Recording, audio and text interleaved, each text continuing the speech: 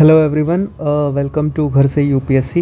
तो बेसिकली आज के इस वीडियो में हम जो अभी 2022 का जो पेपर हुआ था यूपीएससी का, उसको हम देखेंगे कि उसको कैसे लॉजिक ट्रिक्स एंड एलिमिनेशन के थ्रू सॉल्व किया जा सकता है। ओके, तो 2023 का जो पेपर था उसको हमने सॉल्व किया था लॉजिक ट्रिक्स एंड एलिमिनेशन से, उसके ऊपर और उसके जो सोर्सेस हैं उसको डिकोड करने के लिए भी वीडियो हमने अपलोड कर चुकी है। ठीक है, तो 2023 हो गया था और 2022, 2021 और 2020 आई थिंक, हाँ शायद 2020 का भी पेपर। तो ये 3 साल के पेपर मैंने उसमें अपलोड कर दिए थे। एक लॉजिक ट्रिक्स एंड एलिमिनेशन वाली वीडियो में डाले थे जहाँ पे मैंने कैसे इन तीनों साल के पेपर में से कौन कौन से ऐसे क्वेश्चन जो ट्रिक से हो सकते थे उसको मैंने अपलोड किया था। बट कुछ लोग की डिमांड थी कि एक separate video year by year के लिए, तो ये मैं एक प्लेलिस्ट बना रहा हूँ जिसमें ईयर बाय ईयर के जो क्वेश्चंस होंगे मोस्टली मैं कोशिश करूँगा कि 10 ईयर्स के एटलीस्ट मैं सॉल्व कर दूँ, राइट। तो 2014 से लेके 2023 तक के पेपर, ठीक है, ये सारे पेपर सिर्फ लॉजिक ट्रिक्स और एलिमिनेशन और साथ जो एक मिनिमम नॉलेज होती है ना उसके थ्रू कैसे सॉल्व करके कर सकते हैं, तो उसके बारे में पूरा एक डिस्कशन होगा। और साथ ही साथ मैं पूरी वीडियो में मैं दिखाऊंगा कि कैसे थोड़ा लॉजिक एलिमिनेशन से थ्रू मोर देन 50 क्वेश्चन जो होते हैं वो अराउंड आप सॉल्व कर सकते हो, या फिर थोड़ा जो एक लिमिटेड नॉलेज है उसके थ्रू भी आप कर सकते हो। ओके, तो स्टार्ट करते हैं पेपर आज का। ठीक है, तो ये 2022 का पेपर है, इसके ऊपर हम बात करेंगे। और देखो कुछ चीज़ें ऐसी हैं ना इसमें जो मैं सॉल्व करूंगा स्टार्टिंग में आपको लगेगा ये कैसे कर दिया, बट द थिंग जैसे जैसे आप खुद भी पेपर वो करते जाओगे, एनालिसिस आप करते जाओगे ना, तो आपको पता लगता खुद वो अंडरस्टैंडिंग आपकी खुद डेवलप होती रहेगी, राइट। तो मेरी चीज़ें जो मैं करूँगा उस चीज़ को करने से पहले आप 10-12 साल के जो पेपर होंगे ना उसको आप सारे क्वेश्चन गो थ्रू एक बार करते रहना साथ ही साथ। कि जैसे अगर मैं ये पेपर कर रहा हूँ, जैसे अभी मैंने 23 वाला मैं पेपर कर चुका हूँ, तो उस वीडियो को देख करके उसके बाद आप 23 का पेपर खुद से देखो, उसको पूरा एनालिसिस करो, उसके बारे में पढ़ो। फिर 22 का देख रहे हो, 22 का करना है, ऐसे करके हर एक वीडियो को जब आप पिछले 10 साल का आप देख लोगे ना तो आपकी अंडरस्टैंडिंग खुद डेवलप आ जाएगा और आपको खुद समझ में आ जाएगा कि अगर मैंने उस टाइम पे किसी का ऑप्शंस को काटा है या फिर एलिमिनेट किया है तो किस वजह से किया, और अगर मैंने वहाँ पे अगर मैं बोल रहा हूँ कि ये थीम वाइज ऐसी चीज़ें हो रही हैं तो थीम वाइज क्यों हो रही है, वो क्यों हो रहा है, वो भी आपको पता लग जाएगा। ठीक है, अब जैसे देखो ये पहला ही क्वेश्चन है कि रैपिड फाइनेंसिंग इंस्ट्रूमेंट और रैपिड क्रेडिट फैसिलिटी के बारे में बात की गई है। तो ये दोनों चीज़ें अब यहाँ पे देखो ऑप्शंस में आप देखोगे ना, Asian development bank, intern IMF, UNEP finance initiative और वर्ल्ड बैंक। ठीक है, अब इसमें दो चीज़ें हैं, दो ऑप्शन है जो सबसे इंपॉर्टेंट है, एक IMF और एक वर्ल्ड बैंक। और यहाँ पे क्या ना, ये क्रेडिट फैसिलिटी, ये जो एक वर्ड है ना रैपिड क्रेडिट फैसिलिटी और फाइनेंसिंग इंस्ट्रूमेंट, ये दो चीज़ें ऐसी हैं ना जो वर्ल्ड बैंक नहीं करता उतनी मोस्टली, और मोस्टली IMF करता है। और IMF क्या है, एक यूपीएससी का एक थीम है, राइट, कि IMF से बेसिकली हर साल 1-2 क्वेश्चंस आते हैं अल्टरनेटिव ईयर्स में। कभी इन्होंने IMF की कौन सी वो पब्लिश करते हैं बुक वो पढ़ ली, या फिर कभी गोल्डन ट्रांस सिस्टम पूछ लिया, कभी IMF की जो बास्केट है उसके बारे में पूछ लिया, राइट। तो IMF से एक ना एक क्वेश्चन आता रहता है। तो ऑप्शन में अगर आपका जैसे WTO है या EU है रिलेटेड, या फिर अगर आपका IMF है, राइट, तो ये सारी चीज़ें ऐसी हैं जिसके थ्रू आप जा सकते हो। तो यहाँ पे ऑप्शन क्या था correct, IMF theme wise basis पे। ठीक, अगले क्वेश्चन पे आ जाते हैं। ये क्वेश्चन 2 वाला आप छोड़ दो, ये 3rd पे आ जाओ। इफ़ द इंडियन इकोनॉमी से है, if the inflation is too high, reserve bank of India is likely to buy government securities. अगर इन्फ्लेशन ज़्यादा है तो ये कह रहा है कि RBI गवर्नमेंट सिक्योरिटीज़ को खरीदेगी मतलब RBI खरीद रही है। ठीक है, RBI खरीद रही है, इसका मतलब वो लोगों को पैसा देगी, पब्लिक के पास पैसा जाएगा। पब्लिक के पास अगर पैसा जाएगा तो पब्लिक डिमांड और इंक्रीज़ करेगी, डिमांड इंक्रीज़ होगी तो प्राइस और इंक्रीज़ होगी, और प्राइस इंक्रीज़ होगी तो इन्फ्लेशन तो और बढ़ेगा ना। तो इन्फ्लेशन घटा कैसे, तो अगर इन्फ्लेशन टू हाई करने के लिए क्या करना है, हमें मनी सप्लाई जो है उसको रिड्यूस करना है। मनी सप्लाई को रिड्यूस करना पड़ेगा तभी डिमांड रिड्यूस होगी। ठीक है, और डिमांड रिड्यूस करने के लिए क्या करना पड़ेगा, लोगों के पास से पैसा लेना पड़ेगा। तो RBI बाई नहीं करेगी, RBI सेल करेगी और लोग खरीदेंगे तो लोगों के पास से पैसा जाएगा, तभी उनकी परचेजिंग पावर कम होगी और डिमांड घटेगी। ठीक है, सिंपल से लॉजिक लिख। ठीक, अब ये हो गया। अब देखो ये पहला वाला स्टेटमेंट रॉन्ग हो गया, तो पहला वाला रॉन्ग करते ही आपका 2 और 3 आंसर आ गया इसमें डायरेक्ट। ठीक है, और आपने ये दोनों स्टेटमेंट पढ़ने की ज़रूरत भी नहीं हुई, और आपके पहले वाले से ही आपने करके ये निकाल लोगे। वैसे तो आप ऑनली 1 पेयर 2 पेयर हो गया है, लेकिन ऐसे क्वेश्चन अगर आप आते हैं तो ऐसे भी आप इसको करके कर सकते हो। ठीक है, तो ये क्वेश्चन आपका हो गया सीधे 2 और 3। फिर देखो अगले पे आ जाती है, ये क्वेश्चन भी थोड़ा ठीक था G20 फ्रेमवर्क, लेकिन इसको करने के लिए आपको और थोड़ा टाइम चाहिए होगा एनालिसिस। अब देखो जैसे ये क्वेश्चन है, इन्फ्लेशन इंडेक्स बॉन्ड्स, ठीक है, government can reduce the coupon rates on its borrowing by the way of IIB। तो हाँ, अगर आप किसी को इन्फ्लेशन इंडेक्स बॉन्ड दे रहे हो तो इसका मतलब क्या है, पहले ये देखो, इन्फ्लेशन इंडेक्स बॉन्ड्स। अब यहाँ पे 3 चीज़ें दी हुई हैं, ठीक है, पेपर में ही आपको ये वहाँ पे पूरा दिमाग लगाना पड़ेगा कि पहली चीज़ इन्फ्लेशन है, दूसरा इंडेक्स है, तीसरा बॉन्ड है। तो कोई बॉन्ड है जिसका इंडेक्स है वो इन्फ्लेशन से जुड़ा हुआ है, ठीक है, कि मतलब जैसे जैसे सिंपल में कि अगर जैसे जैसे इन्फ्लेशन बढ़ेगी वैसे वैसे ही बॉन्ड की जो क्या नाम है उसकी जो कूपन रेट होंगे वो इन्फ्लेशन के साथ जुड़े हुए हैं। ओके, अब पहला स्टेटमेंट क्या कह रहा है, government can reduce the coupon rates on its borrowing by the way of IIB। हाँ ठीक है। दूसरा, IIB provide protection to the investor from uncertainty regarding inflation. हाँ, ये भी बात सही है कि अगर कोई इन्वेस्टर है और उसको इन्फ्लेशन का डर है कि भाई मुझे आज 10 रुपये मिल रहे लेकिन इन्फ्लेशन रेट 6% चल रहा है, तो ये मेरा 10 रुपये के बराबर नहीं रह जाएगा। इन्फ्लेशन इतनी ज़्यादा है तो आने वाले टाइम पे 10 रुपये की वैल्यू कम हो जाएगी, सीधी बात है।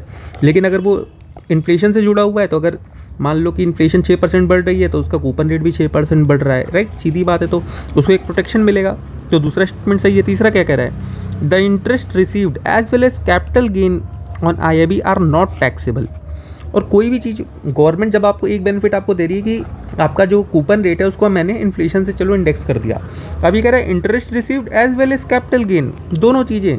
अगर इंटरेस्ट रिसीव हो रहा है चलो उसको एक बार मानते हैं कि टैक्सेबल नहीं होगा, लेकिन कैपिटल गेन सरकार टैक्स के मामले में बहुत लिमिटेड छूट देती है, पहली बात, और कैपिटल गेन्स को बहुत कम चांसेस होते हैं कि वो आपको छोड़े। तो ऐसी स्टेटमेंट जो होती है ना, as well as capital gains, ऐसी स्टेटमेंट जनरली गलत होती हैं। तो तीसरी स्टेटमेंट को जैसे आप काटोगे 1 और 2 आपका पहला आंसर आ गया, ठीक।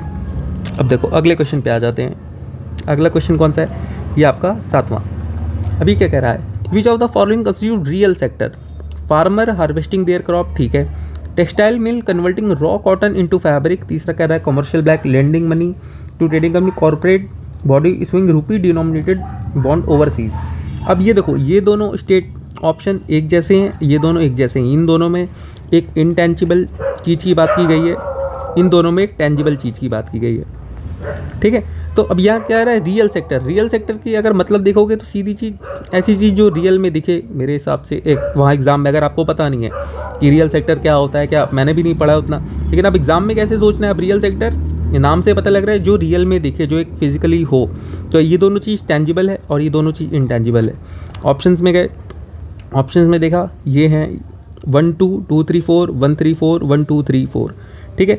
अब रियल सेक्टर कह रहा है तो ये दोनों चीज़ें एक जैसी हैं, ये दोनों एक जैसी हैं, तो इसका मतलब सीधे 1 और 2, ठीक है। और रियल सेक्टर है तो साथ कोई टेंजिबल चीज़ की बात कर रहा होगा। फिर देखो इनडायरेक्ट ट्रांसफ़र की बात कर रहा है अगला question. Indirect transfer often talking refer to, अब देखो पहला ऑप्शन कह रहा है an Indian company investing in a foreign enterprise and paying taxes to the foreign country on the profit arising out of it investment. की कोई Indian company है जिसने इन्वेस्ट किया था एक फॉरेन एंटरप्राइज में और वो टैक्सेस पे कर रही है फॉरेन कंट्री को ऑन द प्रॉफिट और अराइजिंग ऑफ इट इन्वेस्टमेंट, की जो इन्वेस्टमेंट की उससे जो प्रॉफिट हो रहा है उस पर वो टैक्स दे रही है, ठीक है। दूसरा, एक फॉरेन कंपनी इन्वेस्ट कर रही है वो इंडिया में और टैक्सेस पे कर रही है to the country of its base of the profit arising out of it investment. Company ने इन्वेस्ट इंडिया में किया है लेकिन वो टैक्सेस अपनी बेस कंट्री को दे रही है जहाँ से उसको प्रॉफिट अराइज हो रहा है। और Indian company purchases tangible assets in a foreign country and sells such asset after their value increases and transfer the proceed to the India. किसी को इंडियन कंपनी जिसने परचेज़ की है टेंजिबल एसेट किसी फॉरेन कंट्री में और उसको बेच देती है, बेचने के बाद उससे जो वैल्यू रियलाइज़ होता है उसको वो इंडिया में वापस ट्रांसफ़र कर देती है, ठीक है। और चौथा क्या है, एक फॉरेन कंपनी ट्रांसफ़र करती है शेयर्स को और सच शेयर ड्राइव करते हैं अपनी substantial value from the assets located in India, ठीक है। अब देखो यहाँ पे एक फॉरेन कंपनी की बात कर रहे हैं और यहाँ पे एक फॉरेन कंपनी की बात कर रहे हैं, यहाँ पे एक इंडियन कंपनी की बात हो रही है, यहाँ पे एक इंडियन कंपनी की बात हो रही है, ठीक है। ऐसा समझ में आ गया। अब देखो, अब यहाँ पे क्या है कि मेनली चीज़ क्या कह रही है, एक इंडियन कंपनी परचेज करी टेंजिबल एसेट्स को फॉरेन कंट्री में और सेल करती सच एसेट्स को of their value and transfer the proceed to India. तो इसमें कोई इनडायरेक्ट चीज़ तो हुई नहीं ना, यहाँ पे नाम क्या है, इनडायरेक्ट ट्रांसफ़र, मतलब डायरेक्ट चीज़ ना हो इनडायरेक्ट हो। अब फॉरेन कंपनी इन्वेस्ट कर रही है इंडिया में, पे कर रही है taxes to the country of is bets of the profit arising of it the investment. तो ये क्या है, ये भी तो एक सिंपल सी चीज़ है कि वो अपने जो प्रॉफिट अराइज हो रहा है उसको अपनी इन्वेस्टमेंट से उसको अपने बेस कंट्री उसको टैक्स दे रही है। इसके लिए एक डबल टैक्सेशन सिस्टम था, राइट। और बेस प्रॉफिट इरोजन का कॉन्सेप्ट है वो अलग है। अगर आपने PYQ पढ़ा है तो ये ऑप्शन आप सीधे एलिमिनेट कर देते, ये बी वाला। अब आपके पास क्या बच गए, डी और ए। अब Indian company investing in a foreign enterprise paying taxes to the foreign country on the profit arising of it investment, और एक foreign company transfer shares and such share drive their substantial value from the assets located in India. तो simple सी चीज़ें इसमें देखो, यहाँ पे लिखा है इनडायरेक्ट ट्रांसफ़र, और इनडायरेक्ट ट्रांसफ़र से सबसे रिलेट जो कर रहा है ना सेंटेंस, वो यही कर रहा है कि ट्रांसफ़र कर रहे हैं शेयर को, और वो शेयर अपनी जो वैल्यू है वो डिराइव करते हैं assets located in India. Share कहीं ट्रांसफ़र कहीं और हो रहे हैं फॉरेन कंपनी में, बट द थिंग उनकी जो वैल्यू है वो कहाँ से हो रही है, वो इंडिया में हो रही है, राइट। इंडिया के एसेट से लोकेट कर रही है। तो ये क्या है, इनडायरेक्ट ट्रांसफ़र। ठीक, अगर आपने नहीं पढ़ा, थोड़ा सा अगर स्टेटमेंट को ढंग से पढ़ते समझते तो ये सीधे सीधे आपका ये वाला जो डी वाला है ये स्टेटमेंट आपकी आ जाती है। और बाकी ऐसे सिंगल स्टेटमेंट में ए और डी में से ही आंसर होते हैं मोस्टली केसेस में, तो ए और डी पे थोड़ा ध्यान दिया करो ऐसे क्वेश्चंस में। फिर आ जाते हैं अगले क्वेश्चन में। With reference to expenditure made by organization और a company which of the following statement are correct. Acquiring new technology is a capital expenditure, चलो ठीक है मान लेते हैं। डेप्थ financing is considered as a capital expenditure while equity financing considered revenue expenditure. ठीक है, अब जहाँ पे ऐसी दो चीज़ों की बात आए कि दो चीज़ें दी गई हो, एक कैपिटल एक्सपेंडिचर रेवेन्यू एक्सपेंडिचर, तुरंत अपने मतलब कान खड़े कर लेना कि भाई यूपीएससी ने वहाँ पे स्वैप कर दिया हो मे बी। ठीक है, ऐसे केसेस में यूपीएससी स्वैप बहुत जल्दी करती है। ठीक है, अब यहाँ पे भी देखो इक्विटी किस चीज़ का पार्ट होता है, इक्विटी तो कैपिटल का पार्ट होता है ना, और डेप्थ किस चीज़ का पार्ट है, डेप्थ तो रेवेन्यू एक्सपेंडिचर का पार्ट होगा ना फिर तो इस हिसाब से, राइट। क्यों, अब जैसे आप कैपिटल रेस कर रहे हो तो इक्विटी क्या आपकी हमेशा के लिए रहेगी, तो कैपिटल का पार्ट होगा ना, लॉन्ग टर्म एक्सपेंडिचर होगा इक्विटी फाइनेंसिंग, तो कैपिटल एक्सपेंडिचर का पार्ट होगा सीधी सीधी, तो रेवेन्यू एक्सपेंडिचर का पार्ट ही नहीं होगा। दूसरा ऑप्शन सीधे सीधे गलत हो गया, राइट। और एक्वायरिंग न्यू टेक्नोलॉजी से कैपिटल एक्सपेंडिचर, हाँ तो लॉन्ग टर्म के लिए होता है, तो न्यू टेक्नोलॉजी तो होगी, तो कैपिटल एक्सपेंडिचर सीधे सीधे हो गया, तो ऑप्शन 1 इज करेक्ट। फिर देखो ये कहता है a share of household financial saving goes to the government borrowing. हाँ ठीक है, एक शेयर जा सकता है हाउस होल्ड फाइनेंशियल सेविंग का, अगर 1% भी हो सकता है, 5%, 10%, 25% भी हो सकता है, राइट। कोई दिक्कत नहीं है, बस जनरिक स्टेटमेंट है, कोई एक्सट्रीम नहीं है। Dated securities issued at the market related rate in auction form a large component of internal डेब्ट। हाँ तो ये भी हो सकता है कि dated securities issued at the market related rates in auction form a large component, कोई ऐसा फैक्ट फिगर नहीं दिया हुआ है कि 50%, 90%, राइट। एक large component of the internet डेब्ट और डेटेड सिक्योरिटीज़ जो होती हैं वो मतलब ज़्यादा होती हैं मार्केट में, बहुत ज़्यादा। अगर आपने थोड़ी सी भी न्यूज़ पढ़ते हो तो डेटेड सिक्योरिटीज़ बहुत सारी होती है कि गवर्नमेंट को एक पर्टिकुलर डेट पे इतने साल के बाद पेमेंट करनी होती है, तो डेटेड सिक्योरिटीज़ काफ़ी ज़्यादा होती है इंटरनल डेब्ट में, राइट, क्योंकि वो फिक्स सिक्योरिटी प्रोवाइड करते हैं कितने साल के बाद लोगों को पैसा मिल जाएगा। तो जनरली लोग डेटेड सिक्योरिटीज़ में काफ़ी इन्वेस्टमेंट करते हैं। ओके, तो ये हो गया। तो इसमें क्या हुआ, बोथ 1 और 2, क्योंकि दोनों कोई एक्सट्रीम स्टेटमेंट नहीं है, नॉर्मल सी जनरिक स्टेटमेंट है। फिर देखो 11th वाले पे आ जाते हैं question.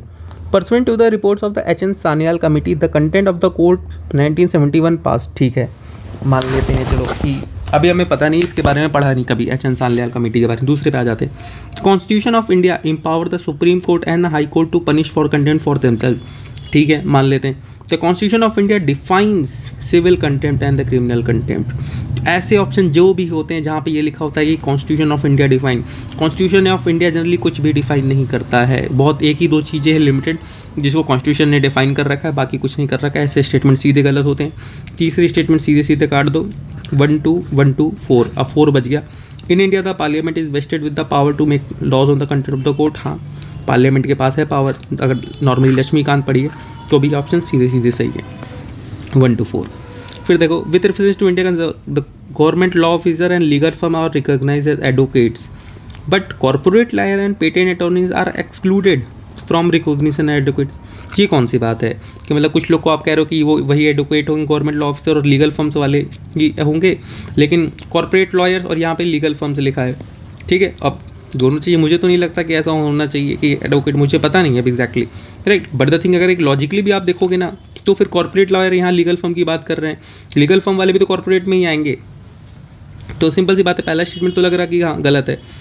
Bar council has the power to lay down the rules relating to the legal education and recognition of law colleges. हाँ ठीक है, बार काउंसिल के पास पावर होती है कि अगर लीगल एजुकेशन और रिकॉग्निशन के लिए, क्योंकि बार काउंसिल ही रूल सेट करता है।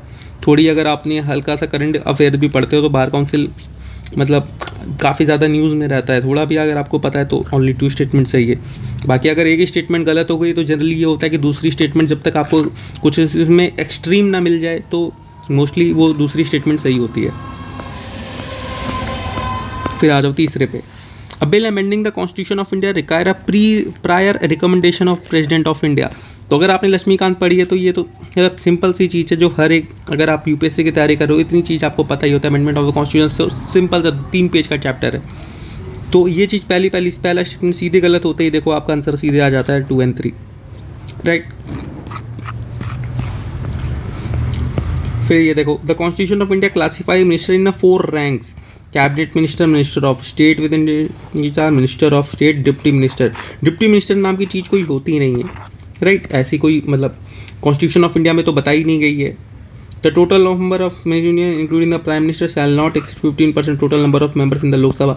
तो हाँ ये थे, ये दोनों क्वेश्चन क्या है लक्ष्मीकांत से सॉल्व होने वाले कि सिंपल से अगर आपने लक्ष्मीकांत भी 1-2 बार पढ़ी है ना तो भी आपके ये क्वेश्चन सीधे सीधे सॉल्व हो जाते। फिर देखो, exclusive power of Lok Sabha to pass a no confidence motion of Lok Sabha. हाँ ठीक है, to impeach the president of India. President को इम्पीच करने की पावर तो राज्यसभा के पास भी होती है ना। ये तो सिंपल सी चीज़ है कि दोनों के प्रेसिडेंट तो पार्लियामेंट के 3 पार्ट होता है ना, तो दोनों के पास इक्वली पावर होगी। तीसरा सीधे काट दिया। अब क्या बच गया 2-1 देखना, रेटिफाई डिक्लेरेशन ऑफ इमरजेंसी, तो दोनों के पास पावर होती है तो 2 ओनली सीधे आंसर आ गया। बाकी ये क्वेश्चन तो ऐसा है कि मान लो चॉइस को हटा देता हूँ मैं इसमें से कि थोड़ा अगर पढ़ा है तो करोगे, नहीं तो थोड़ा इसमें वो कम लगता है। पॉलिटी के क्वेश्चन ऐसे होते हैं कि 1-2 बार आपको रीडिंग की ज़रूरत होती है। अब जैसे एंटी डिफेक्शन लॉ है, the law specifies that a nominated member can not join any political party within 6 months of being appointed to the house. ठीक है, अब देखो एंटी डिफेक्शन क्या कहता है, वो कहता है विद इन 6 months नहीं, वो कहता है आफ्टर 6 months। ठीक, इन्होंने आफ्टर को विद इन 6 months कर दिया बस, और ये क्या स्टेटमेंट गलत हो गई। The law does not provide any time frame within which the presiding power has to take defection case, तो 2 ओनली सही है ये। अब इसमें भी क्या है कि डज नॉट प्रोवाइड होगा, कुछ लोग कहेंगे ऐसे सीधे काट देंगे कि, लेकिन ये ना पॉलिटिकली थोड़ी नॉलेज आपको चाहिए होगी। ये सारी बेसिक चीज़ें हैं, इन सबको पढ़ के जाना। फिर अगला देखो, attorney general and the solicitor general of India are the only officers of the government who are allowed to participate in the meetings of the parliament. अरे यार इतने सारे ऑफिसर्स होते हैं भाई, ओनली ऑफिसर सिर्फ अटॉर्नी जनरल और solicitor general को ही क्यों परमिशन देगी? इतनी सारे ब्यूरोक्रेट्स हैं, इतने सारे सीनियर ऑफिसर्स हैं, और आप ये कह रहे हो सिर्फ 2 ही लोग को अलाउ है कि पार्लियामेंट्स की मीटिंग में पार्टिसिपेट करने का। ये तो मतलब सीधी लग रहा है कि फ्रेम्ड है। तो पहला सीधे according to constitution attorney general of India submit his resignation when the government which appointment he resign. Attorney general of India यार एक कॉन्स्टिट्यूशनल पोस्ट है, तो जब गवर्नमेंट अगर रिज़ाइन कर रही है तो अटॉर्नी जनरल ऑफ इंडिया क्यों रिज़ाइन करेगा? सिंपल सी बात है ना कि गवर्नमेंट ने उसे अपॉइंट किया और एक कॉन्स्टिट्यूशनल पोस्ट पे अपॉइंट किया गया है उसे, और गवर्नमेंट अगर ने रिज़ाइन कर रही है तो वो भी रिज़ाइन करे। ये मतलब ये तो कोई मतलब लॉजिक है ही नहीं इस बात का। तो ये देखो नाइदर 1 और 2। फिर देखो ये क्वेश्चन थोड़ा पढ़ा होना चाहिए तब होगा ये। इस पे आ जाओ, Ayushman Bharat digital mission, private and public hospital must adopt it. ठीक, मस्ट अडॉप्ट इट मतलब उनके लिए कंपल्समेंट हो गई है निगेटिव में। As in terms to achieve universal health coverage every citizen of India should be part of it ultimately. भाई अगर किसी की मर्जी नहीं है तो आपको क्यों, कोई ऐसा ज़बरदस्ती थोड़ी ना है कि आपको उसमें आना ही आना है। ठीक है, तो दूसरा ये तो मतलब एक एक्सट्रीम स्टेटमेंट हो गई, दूसरी काट दो, सीधी तीसरी बच गई। पहली देखना इट है seamless portability across the country. हाँ ठीक है, ये एक जनरिक स्टेटमेंट है कि हाँ seamless portability across the country ठीक है, हो सकता है। और private and public hospital must adopt, कोई प्राइवेट हॉस्पिटल वो नहीं चाहता, मैं नहीं चाहता कि मेरा हॉस्पिटल है वो आयुष्मान भारत डिजिटल मिशन के अंदर में, मैं अपना हॉस्पिटल खुद के अपना अलग रन करूँगा, तो मेरे पे सरकार ऐसा प्रेशर थोड़ी ना कर सकती है। तो फिर क्या सीधे तीसरा स्टेटमेंट सही है, राइट। कहीं पे ऐसा जो निगेटिव सेंस में बात करेगी मस्ट अडॉप्टेड, उनको करना ही पड़ेगा, जहाँ पे कंपल्सन की बात आ गई, क्योंकि गवर्नमेंट की चीज़ें कंपल्सन पे नहीं चलती हैं, वो सर्विस पे चलती हैं। और वो एक ऐसा सेक्टर की जहाँ पे गवर्नमेंट कोई इनिशिएटिव लगती है वो उनको रिफ़र कर सकती है, उन्हें ये बोलो कि थोड़ा मोटिवेट कर सकती है, इंसेंटिवाइज कर सकती है, लेकिन उन्हें प्रेशराइज नहीं कर सकती प्राइवेट सेक्टर को, राइट। तो पहला स्टेटमेंट गलत हो जाएगा। सीधे तीसरा आ गया। फिर देखो deputy speaker of the Lok Sabha के बारे में ये क्वेश्चन है। अब देखो क्वेश्चन कितना बड़ा लग रहा है लेकिन कितनी आसानी से हो जाएगा। As per the rules of the procedure conduct the election of deputy speaker shall be fix on such as the speaker fix.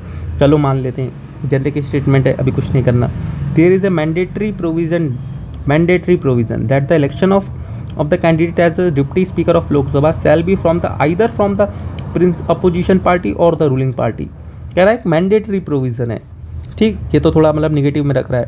The deputy speaker of the has the same power as the speaker when presiding over the sitting of the house and no appeal lies against ruling. हाँ ठीक है, ये तो general सी चीज़ है।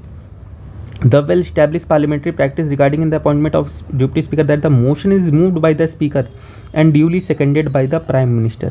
ये कौन सी चीज़ है कि स्पीकर करेगा उसके बाद प्राइम मिनिस्टर करेगा, वो भी डिप्टी स्पीकर के लिए। डिप्टी स्पीकर तो तीन स्पीकर होता तो एक बार इंसान सोचता भी, डिप्टी स्पीकर के लिए यार मतलब सिंपल सी चीज़ है। तो दूसरा और चौथा सीधे सीधे आपका देख रहे हो, ये दोनों स्टेटमेंट पढ़ो, पहली और तीसरी, दूसरी और चौथी पढ़ो। इन दोनों में आपको एक रिजिडिटी मिल जाएगी स्टेटमेंट में और एक थोड़ा एक नेगेटिव सेंस का मिल जाएगा। मैंडेटरी प्रोविज़न है और duly seconded by the prime minister. ये कौन सी चीज़ की प्राइम मिनिस्टर करना ही करना है उसको, राइट।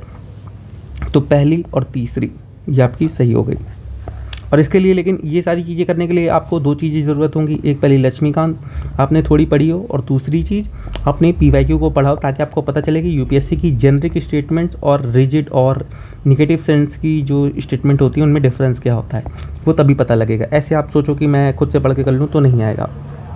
फिर देखो ये क्वेश्चन देखो, ये जो पैटर्न होता है ना UPSC का, ये बहुत शानदार पैटर्न होता है।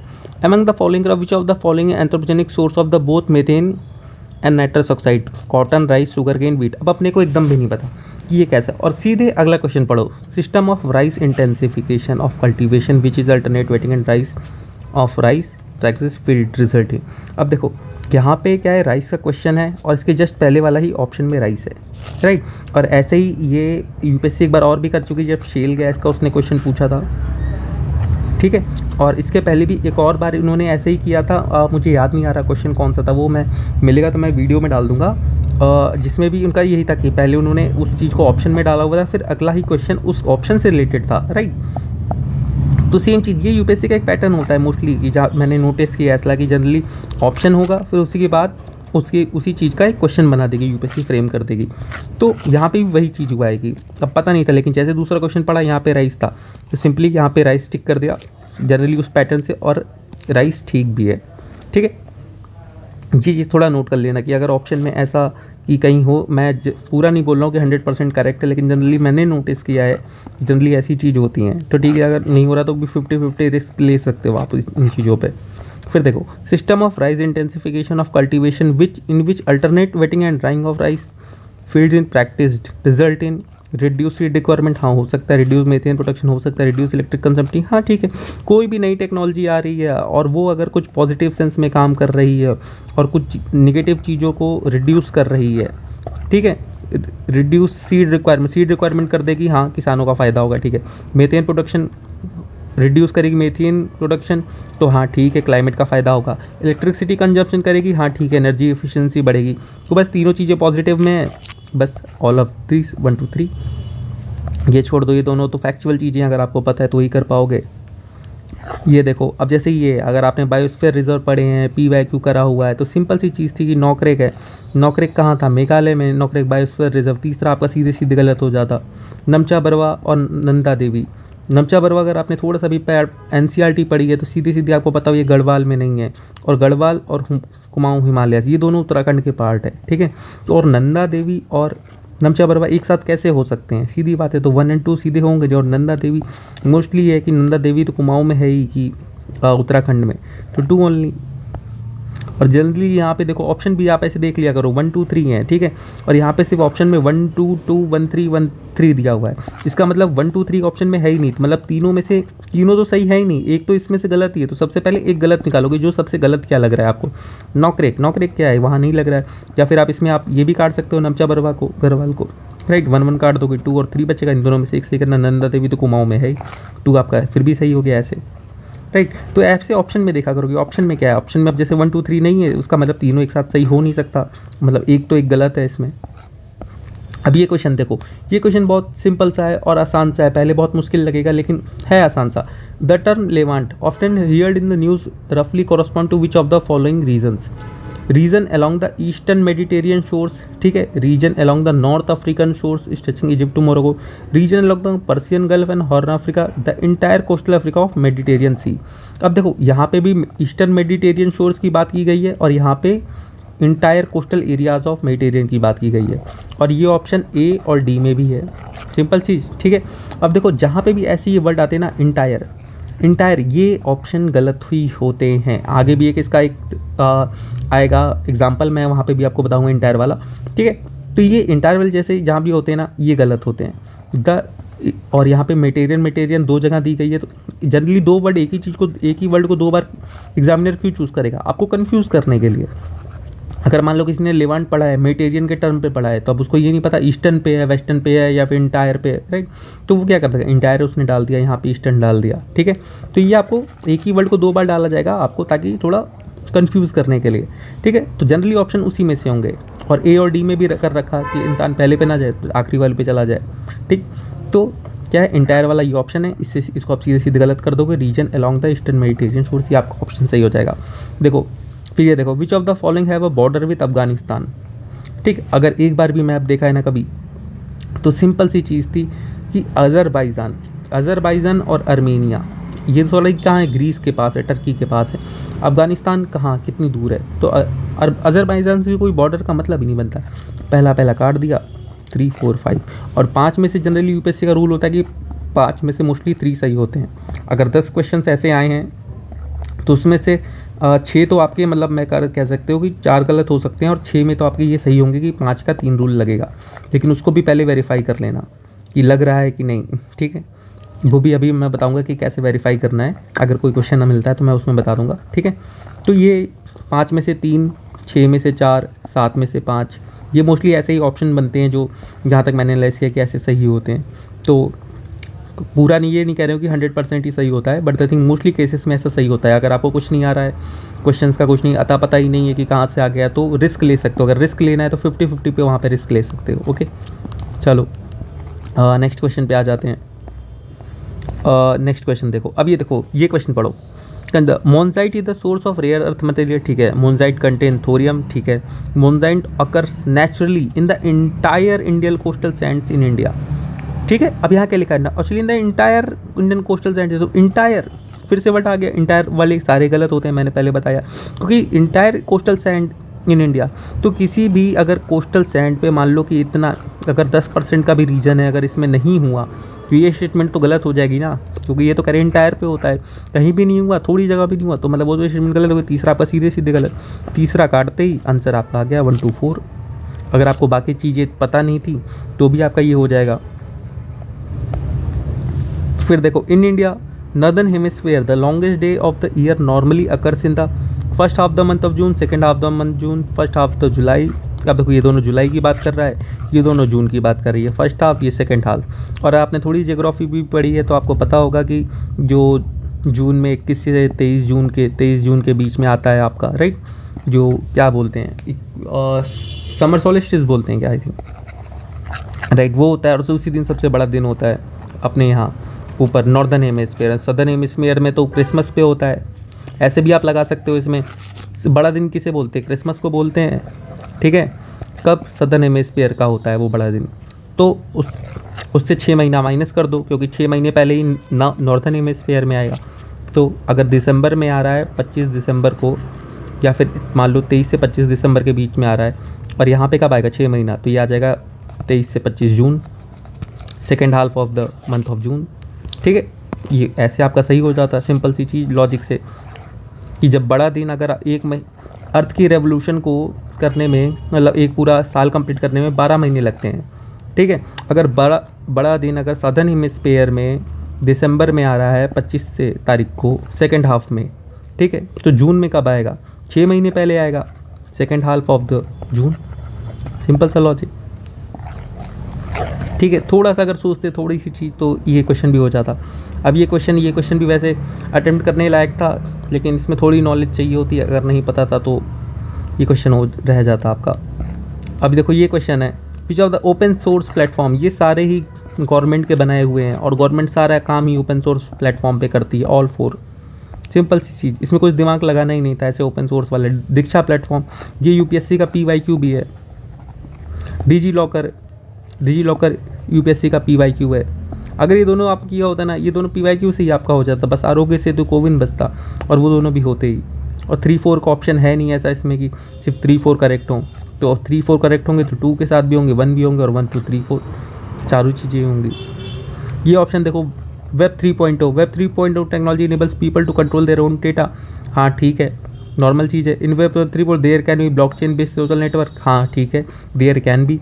In web 3 operated by user collectively rather than a corporation. हाँ तो क्या नाम है, कॉर्पोरेशन नहीं कंट्रोल करेगी, यूज़र्स कलेक्टिवली करेंगे। ब्लॉकचेन का मतलब क्या होता है, ब्लॉकचेन में भी तो यही चीज़ होती है कि यूज़र्स कलेक्टिवली एक डिसेंट्रलाइज लेजर होता है कि सबके पास डेटा होता है, राइट। तो सारी तीनों चीज़ें आपस में इंटर रिलेटेड हैं, तीनों स्टेटमेंट की। पीपल कलेक्ट करेंगे, ब्लॉकचेन टेक्नोलॉजी होगी, यूज़र्स कलेक्टिव करेंगे, तीनों चीज़ सेम ही एक तरीके से। तो 1 2 3।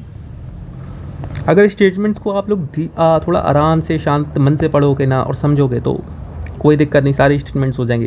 ये देखो, software as a service, software buyers can customise their interface and change their data fields. हाँ ठीक है, सॉफ्टवेयर एज ए सर्विस मतलब क्या बोला, इसको समझ लो। मतलब सॉफ्टवेयर दे रहा है कोई, हमें प्रोवाइड कर रहा है, और एज अ सर्विस हमें सर्विस के फॉर्म में अपना एक सॉफ्टवेयर प्रोवाइड कर रहा है, ठीक है। Software as a service, simple सी चीज़।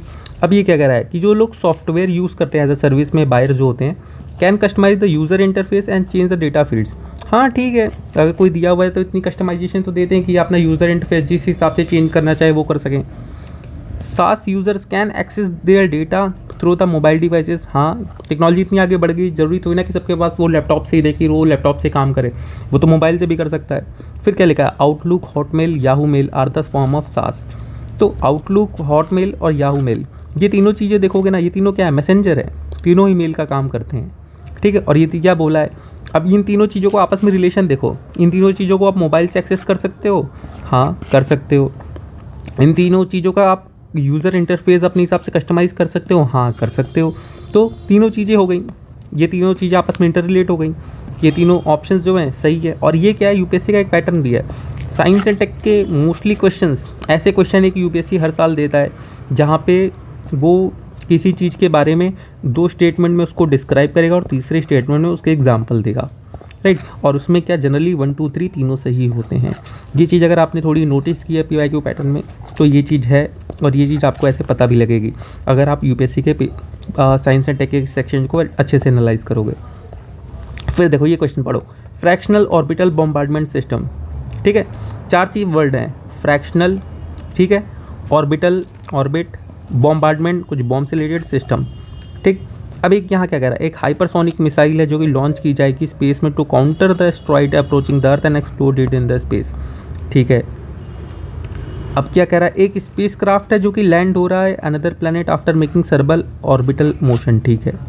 एक मिसाइल है जो कि स्टेबल ऑर्बिट में रखी गई है अर्थ के, और डी ऑर्बिट हो जाएगी over a target on earth, ठीक है।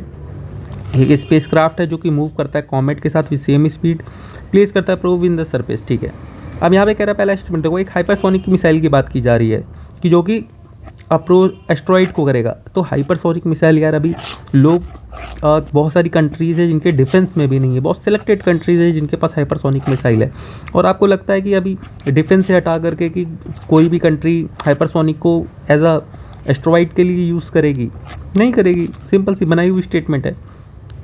फिर देखो, स्पेस क्राफ्ट है जो कि लैंड होगा another planet after making सर्वल orbital motion. तो इसमें बम्बार्डमेंट का कोई काम नहीं आ रहा, सिस्टम का नहीं आ रहा, फ्रैक्शनल का नहीं आ रहा, सिर्फ ऑर्बिटल का काम आ रहा है। तो ये स्टेटमेंट भी बनाई हुई लग रही है। तीसरा देखो, एक मिसाइल है जो कि पुट की जाएगी स्टेबल ऑर्बिट में अराउंड द अर्थ, और डी ऑर्बिट हो जाएगी एक टारगेट के ऊपर। तो क्या इससे एक मिसाइल का भी काम आ रहा है? तो हाँ ठीक है, बम्बार्डमेंट का काम है। स्टेबल ऑर्बिट में है तो ऑर्बिटल का भी काम आ रहा है, around the earth D orbit हो जाएगी अर्थ के ऊपर टारगेट में। चौथा, एक स्पेसक्राफ्ट है जो कि कॉमेट के मुंह पर सेम स्पीड पे प्लेस करता है सरफेस। ये भी, इसमें तो कोई भी चीज़ रिलेट नहीं हो रही इसके नाम से, तो option C is the correct answer. Simple सी चीज़। ज़्यादा कन्फ्यूज़न किस में होगी, ए या सी में होगी इसमें आपको, राइट। इसमें भी क्योंकि मिसाइल है और अप्रोच करेगा तो एक्सप्लोड, लेकिन इसमें थोड़ा आपको दिमाग लगाना पड़ेगा कि हाइपरसोनिक मिसाइल है यार, हाइपरसोनिक नहीं है किसी के पास, बहुत रेयर है, कुछ सिलेक्टेड कंट्रीज़ के पास है, और वो भी उनके डिफेंस में है बस। और स्पेस सेक्टर में तो कहाँ ही अभी स्पेस हाइपरसोनिक वो टेक्नोलॉजी ये लेके आएंगे, इंट्रोड्यूस करेंगे, ठीक है। फिर ये देखो क्यूबिट, नाम से ही लग रहा है क्यू और ये बिट, ठीक, क्यू से ही बन जा रहा है आपका क्वांटम, ठीक है। नाम की तोड़ के अगर आप लगा लोगे, क्वांटम और bit binary digit, quantum bit qubit को ही क्वांटम के कंप्यूटिंग में यूज़ होता है, ठीक। ये आंसर देखो आपका हो गया सीधे सीधे।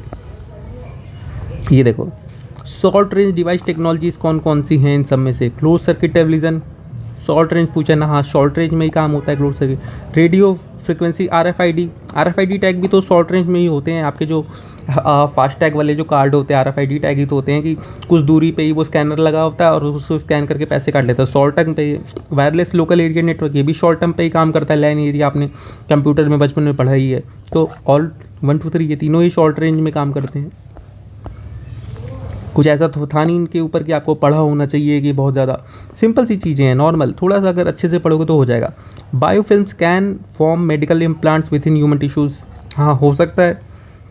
बायोफिल्म्स इसके पहले पढ़ी नहीं है, लेकिन biofilms can form medical implant with in human tissues था, हाँ बायोफिल्म्स नाम की चीज़ है तो ह्यूमन टिश्यूज़ के अंदर कुछ फॉर्म कर सकती है, हाँ। Biofilms can form on food and food processing surfaces, हाँ ठीक है। Biofilms can exhibit antibiotic resistance, हाँ ठीक है, एंटीबायोटिक रेजिस्टेंस भी दिखा सकती है। तो तीनों चीज़ें 1 2 3 नॉर्मल जेनरिक स्टेटमेंट है तीनों, कोई नेगेटिव नहीं था उसमें। ये स्टेटमेंट देखो, probiotic are made of both bacteria and yeast, ठीक है। The organism in probiotic are found in food we ingest but they do not naturally occur in our gut. इसका मतलब कि जिसके हमारे बॉडी में नेचुरली प्रोबायोटिक तो होता ही नहीं है कि जब तक हम बाहर से ना लें। ये तो मतलब ऐसी चीज़ आप कह रहे हो कि थोड़ी मतलब पचाने के लिए थोड़ी वो है कि किस आसानी से कि हमारे बॉडी में नेचुरली प्रोबायोटिक होते ही नहीं है। सिंपल चीज़, सीधा सीधा लग रहा है कि बनाई हुई स्टेटमेंट है, काट दो extreme. Probiotic help in digestion of milk sugars, हाँ ठीक है 1 और 3 सिंपल से आंसर आ गया। ये देखो, serum institute of India produce covid vaccine named Covishield using mRNA platform.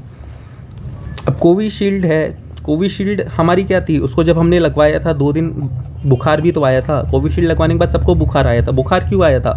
क्योंकि उसमें एक वायरल वेक्टर को यूज़ किया गया था। उसमें हमारे अंदर एक वायरस को डाला गया था जो कि हमारे बॉडी में इम्यून को डेवलप कर रहा था। और mRNA प्लेटफॉर्म की वैक्सीन तो बहुत महंगी आ रही थी, सिंपल सी चीज़ है। और mRNA प्लेटफॉर्म तो यूज़ ही नहीं किया, तो पहला स्टेटमेंट सीधे सीधे गलत, सीधे आंसर आ गया 2 और 3। फिर अगले क्वेश्चन पे आ जाओ। ये देखो, सोलर फ्लेयर के बारे में पूछा है, 7 ही स्टेटमेंट है। जनरली रूल क्या है, 7 में से 5 सही है। पहले आ जाओ, देखो 5 का ऑप्शन भी दिया हुआ है, 1 2 3 4 5, 1 2 3 4 5। इसमें क्या है, इसमें तो 7 हैं और इसमें 4 हैं।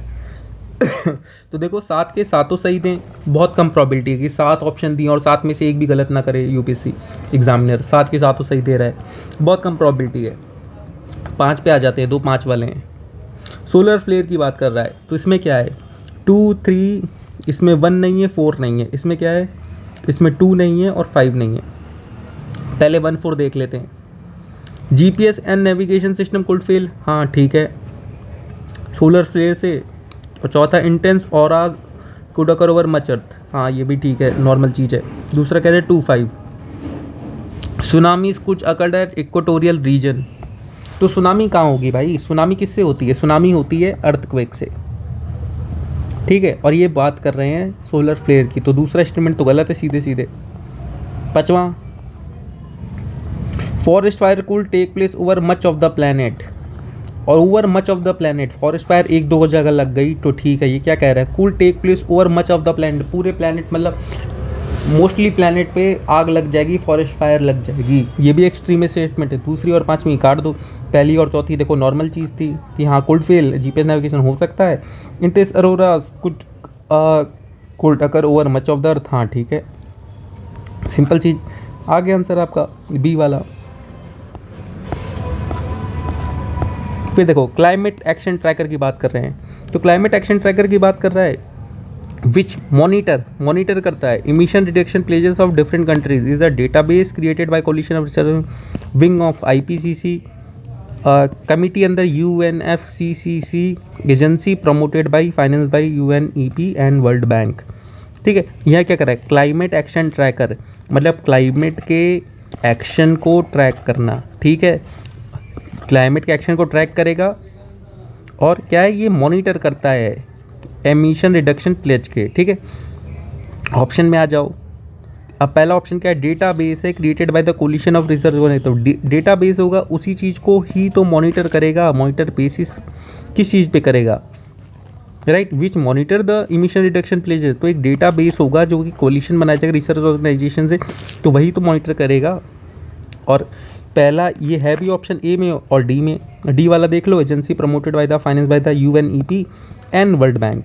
तो ऐसी स्टेटमेंट जनरली गलत होती है कि UNEP और वर्ल्ड बैंक, जहाँ पे फैक्चुअल चीज़ें गई हैं, यहाँ पे IPCC की बात की गई है, यहाँ UNCCC की बात करी है। और ये पहला ही ऑप्शन है जो देखो बहुत जनरिक है कि database created by coalition of the research. इसमें कोई फैक्ट नहीं दिया गया है, कोई कुछ नहीं दिया गया है, सिंपल सी एक जनरिक स्टेटमेंट दी गई है।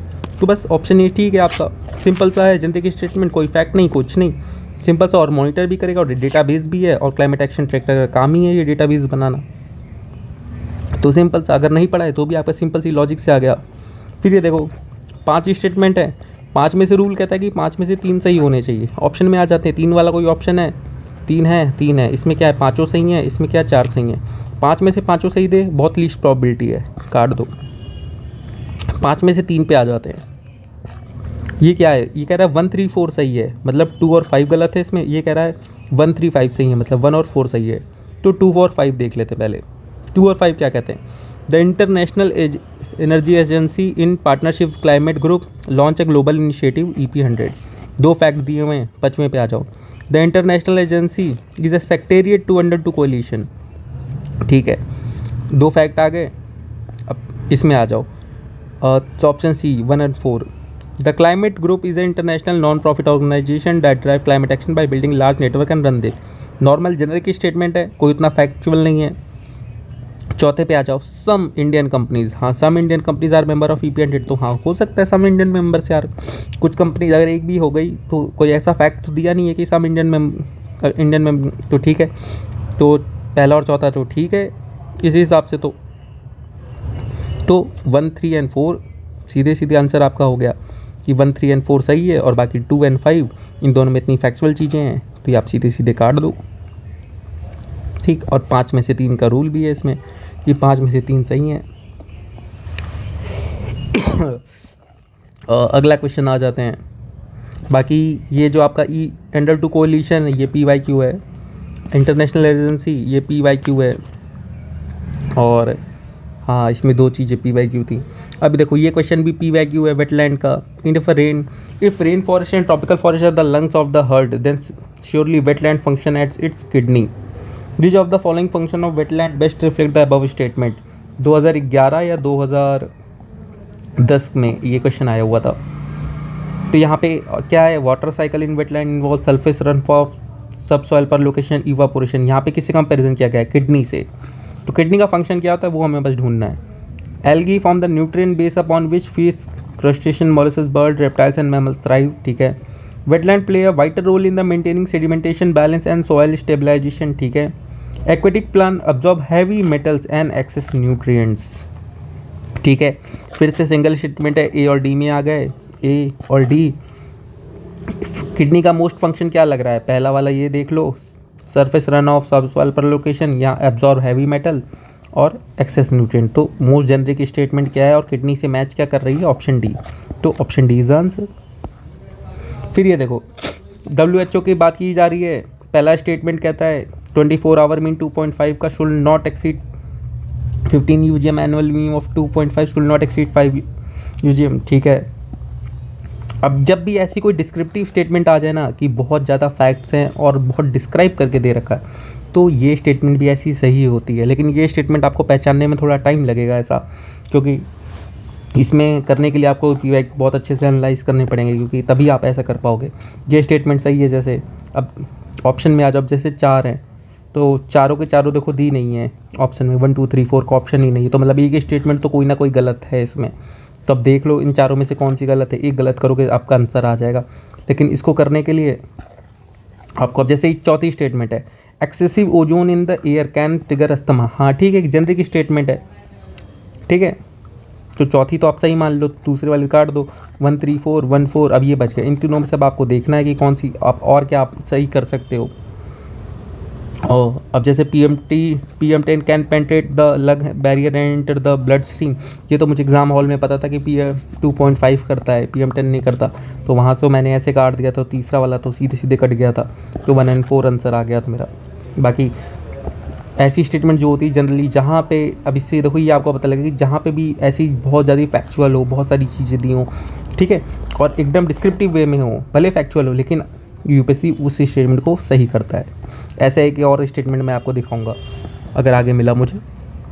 देखो एक क्वेश्चन आया गुच्ची को लेकर, इट इज़ अ फंगस, ठीक है, it grows in some Himalayan forest areas, ठीक है, it's commercially cultivated in the Himalayan foothills of the north eastern India. अब पहली स्टेटमेंट कह रहा है कि सम हिमालयन फॉरेस्ट एरियाज में, दूसरा कह रहा है नॉर्थ ईस्टर्न हिमालयाज में। ऑप्शन देखो 1 2 3 का ऑप्शन ही नहीं है, मतलब तीनों स्टेटमेंट सही नहीं है, एक स्टेटमेंट गलत ही गलत है, ठीक है। दूसरी इस ग्रोज इन सम, दूसरी तो सही है ना, दूसरी ये सही है, ये दोनों ऑप्शन सीधे सीधे आपके कट गए।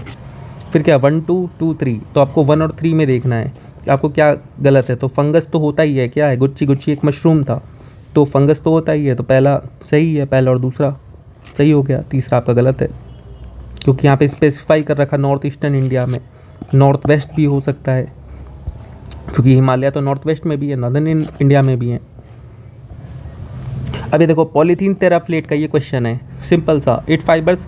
अब लोगों को ऐसा लगेगा कि पॉलीथीन टेराफ्लेट पढ़ा ही नहीं है, ये नहीं है, वैसे ये 2021 का एक क्वेश्चन आया था ट्राइक्लोजन का, उसमें ऑप्शंस में था आई थिंक ये पॉलीथीन टेराफ्लेट, वहाँ से क्वेश्चन बना था। It fibres can be blended with wool and cotton fibre to reinforce their properties, हाँ जनरिक स्टेटमेंट हो सकता है। Containers of made it can be use to store any alcoholic beverage, भाई अल्कोहलिक बेवरेजेज मोस्टली आप देखो उसमें आती हैं शीशे की, उसमें आती हैं बॉटल में, तो ग्लास बॉटल होती है, तो क्योंकि हाईली रिएक्टिव होते हैं अल्कोहल्स, और आप कह रहे हो एक पॉलीथीन टेराफ्लेट, पॉलीथीन के उसमें आप अब बैक करोगे तो किसी भी उसको कर सकते हो, तो ये तो थोड़ी एक्सट्रीम आ गई ना कि एनी अल्कोहलिक बेवरेजेस, कोई भी हो, कितने भी परसेंटेज अल्कोहल वाला हो, तो ये तो मुझे थोड़ी एक्सट्रीम लग रही। दूसरी तो मैं सीधे सीधे काट दो, 1 3 1 4 बचा। Bottles made of it can B recycled into other product, हाँ ठीक है, एक पॉजिटिव स्टेटमेंट है, रिसाइकल हो सकती है।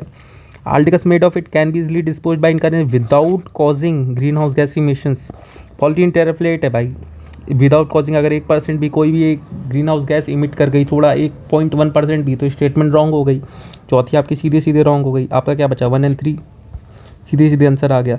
Which of the following is not about golden machine, ये इसका सही आंसर है। वैसे ये PYQ भी है, गोल्डन मशीर के बारे में UPSC ने ऑलरेडी भी क्वेश्चन पूछा हुआ है, अगर थोड़ा PYQ पढ़ के गए तो ये क्वेश्चन हो जाता आपका। फिर आ जाओ biorock technology, biorock technology option A पढ़ो, restoration of damage coral reef, option D providing salt lick for the wild animals in the forest protected areas. Option में आ गए, UPSC का थीम है कोरल रीफ, कोरल रीफ के बारे में question हमेशा पूछती है, ऑप्शन ए कोरल रीफ सही आंसर। मियावाकी ये तो पढ़ा है, अगर आपने तभी कर पाओगे, नहीं तो ऐसे नहीं हो पाएगा। फिर देखो गवर्नमेंट ऑफ 1919 का आ गया, प्रोविजनल गवर्नमेंट, रिजर्व सब्जेक्ट और ट्रांसफर सब्जेक्ट के बारे में यहाँ पूछा गया है। अगर आपने थोड़ा भी पढ़ा है, रिजर्व सब्जेक्ट किसके पास थे, जो गवर्नमेंट ने खुद रखे थे, ट्रांसफर सब्जेक्ट जो कांग्रेस को दे दिए गए थे, मतलब यहाँ के इंडियन के लोकल्स को दे दिए गए थे, तो रिजर्व चीज़ वही रखी जाएगी ना। विच ऑफ द रिजर्व सब्जेक्ट पूछ रहा है, रिजर्व सब्जेक्ट वही चीज़ रखी जाएगी ना जो कि सरकार के पास ज़्यादा कंट्रोल करना है। पुलिस क्यों देगी, लैंड रेवेन्यू क्यों देगी, तो दो चीज़ें 3 4 तो अपने पास रखेगी ना, 3 4 इसमें है, ये दोनों ऑप्शन कट गए। अब 2 रहेगा या 1 रहेगा साथ में, इन दोनों में आपको चेक करना है, जस्टिस या फिर लोकल सेल्फ गवर्नमेंट। तो लोकल सेल्फ गवर्नमेंट तो दे ही देगी ना, मोस्टली जस्टिस रखेगी अपने पास, न्याय वाला, कि हम आखिरी फैसला हमारा हो, सिंपल सी बात है। 1 3 4 आंसर आ गया। अब जैसे ये क्वेश्चन था फनम वाला, इसमें भी अगर आपने PYQ एनालाइज किया तो ये थीम बेस्ड क्वेश्चन थे कि इकोनॉमिक से जैसे भी कोई क्वेश्चन अगर आ रहा है ऐसा कि कोई टर्म रिलेटेड, तो मोस्टली वो इकोनॉमिक टर्म्स में ही होते हैं कि लैंड का हो गया या फिर टैक्सेशन से हो गया, कॉइन से हो गया, राइट। तो इन सारी चीज़ों के थीम्स पे होते हैं, या फिर एरिया में होता है, तो जैसे कैपिटल हो गए या फिर पोर्ट्स हो गए, इन सारे के नाम होते हैं। तो यहाँ पे क्या है, क्लोथिंग का नाम क्यों देंगे फनम, कॉइन्स हो गए, ऑर्नामेंट, वेपन, तो कॉइन ऑप्शन इकोनॉमिक से होता है, थीम भी है, तो इकोनॉमिक सही आंसर है। अगले क्वेश्चन पे आ जाते हैं। क्रिप्स मिशन का है, the constitution assembly would have the members nominated by the provincial assembly Elvis by the as well as by the princely states. तो नॉमिनेटेड सिर्फ प्रिंसली स्टेट्स के थे, प्रोविंशियल असेंबलीज के नहीं थे, तो पहला स्टेटमेंट सीधे गलत हो जाएगा आपका। स्पेक्ट्रम का क्वेश्चन ही, अगर आपने थोड़ा सा नॉर्मल पढ़ा या फिर अगर आपने एनसीईआरटी भी पढ़ी है तो उससे भी क्वेश्चन सॉल्व हो जाता। Any province is not right to sign separate regarding future states. हाँ, ओनली 2 स्टेटमेंट सही है आपकी सीधी। ये क्वेश्चन भी आपका है, ठीक था ये क्वेश्चन, ये दोनों थे और ये दोनों अलग हैं। जैन टेक्स्ट पूछा है ना, तो जैन टेक्स्ट यही दोनों हैं और ये दोनों नहीं है, तो इसमें ओनली 2 पेयर हो जाता। क्योंकि इसमें ऑप्शन देखोगे 1 2 4 1 2 3 4 है ही नहीं, तो मतलब एक तो गलत ही गलत, तो आपको गलत ढूंढनी पड़ती। तो ये अगर आपने थोड़ा पढ़ा है तो हो जाता, बाकी इसमें बहुत टाइम लगता। तो ऐसे क्वेश्चन को थोड़ा निगलेक्ट करा करो जितना हो सके। अब ये क्वेश्चन पढ़ो आप, जैसे इसमें ऑप्शन पढ़ो आप सबसे, जैसे आर्य देवा दिग्नंगा नाथमुनि। ऑप्शन क्या कह रहा है? Only 1 pair, only 2 pair, only 3 pair, none of the pair. अब 3 है, यूपीएससी 3 में से 3 की तीनों सही थे, बहुत कम प्रॉबिलिटी है। 3 में से 1 सही थे, कम प्रॉबिलिटी है। और 3 की तीनों सही ना दे, ये भी कम प्रॉबिलिटी है। हाँ, सीधे सीधे ऐसे करके मैंने ओनली 2 इसमें आप कर सकते हो, ऐसे करके कि मिनिमम कि 3 में से 2 तो यूपीएससी सही करती है, बहुत द लीस्ट प्रॉबिलिटी में। 3 वाले क्वेश्चन में से कुछ ना समझ आए तो 2 पेयर, ठीक है। और ये सही होता है मोस्टली, अगर आप 10 करके आ रहे हो तो 10 में से 5 तो सही होगा, 5 सही हो गए तो भी आप प्लस में होगे, ठीक है। अगले पे आ जाते हैं। ये क्वेश्चन तो छोड़ दो, नॉलेज का है, ये भी कुल दौरान नॉलेज का है। हिस्ट्री के मोस्टली क्वेश्चन ऐसे होते हैं कि नॉलेज बेसिस पे ही होते हैं, अगर वो नहीं हो रहे हैं तो उसके लिए नॉलेज चाहिए होगी। ये क्वेश्चन तो हटा ही दिया। Which of the above generally known as tea producing state? Andhra tea होता है, केरला होता है, हिमाचल में होती है, त्रिपुरा जनरली नॉर्थ ईस्ट में भी होती है। तो अगर थोड़ा सा भी हो गया तो जनरली लिखा है यहाँ पे। अगर ये लिखा how many above are tea producing state तो ऑप्शन कुछ और होता है, लेकिन यहाँ लिखा how many above are generally known as tea producing, तो all 4। In India credit rating agencies are regulated by RBI. ये अगर आपने पीवाईक्यू एनालाइज किए होते तो आपको पता होता है, ऐसी जगह पे यूपीएससी हमेशा आरबीआई जहाँ भी देती है कि आरबीआई से रेगुलेट करती है, वो गलत ही होता है। आरबीआई कुछ नहीं करती ऐसा रेगुलेशन वाला काम। क्रेडिट रेटिंग एजेंसीज वैसे भी यूपीएससी पीवाईक्यू में पूछ चुकी है। तो सीधी पहला स्टेटमेंट गलत, पहला काटते ही आपका 2 और 3 आंसर आ जाता सीधे। ये देखो बैंक बोर्ड ब्यूरो, ये भी यूपीएससी पहले पूछ चुकी है, पीवाईक्यू है। Governor of RBI is the chairman of the BBB. पहला स्टेटमेंट सीधे, governor of the RBI chairman नहीं होता बीबीबी का, सीधे आपका ये सीधे आ गया आंसर 2 और 3। फिर देखो convertible bonds, there is an option to exchange the bond for equity. Convertible bond pay lower of interest. अब इसको सिंपल ही पढ़ो, अगर आपने आज तक कन्वर्टिबल बॉन्ड नहीं भी पढ़ा है ना, तो भी इस स्टेटमेंट को सिंपल ही थोड़ा लॉजिकली पढ़ना कि कन्वर्टिबल बॉन्ड है मतलब वो किसी चीज़ में कन्वर्ट हो सकता है। बॉन्ड है तो मतलब किसी चीज़ में कन्वर्ट हो सकता है, तो इक्विटी में ही हो सकता होगा, सिंपल सी चीज़ है। As there is an option to exchange the bond for equity, कि बॉन्ड को इक्विटी में आप कन्वर्ट कर सकते हो।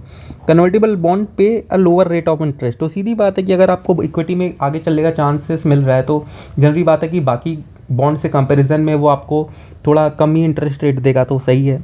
The option to convert to equity afford the bondholder a degree of indexation to a rising consumer prices। तो हाँ, rising consumer prices के उसके पास होता है कि अगर ज़्यादा प्राइसेस बढ़ने, उसे लग रहा है मुझे बॉन्ड में फ़ायदा नहीं हो रहा है, तो मैं उसको तुरंत वो इक्विटी में कन्वर्ट कर लेगा। सीधी चीज़, बोथ ए एंड बी सही है, दोनों आंसर। फिर देखो अगला, India is the member of which of the above?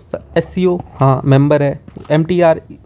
MTCR हाँ मिसाइल कंट्रोल, इसी के अंदर तो ये हमने अग्नि की वो बनाई है कि जब हमने 5000 के ऊपर की रेंज बना ली थी।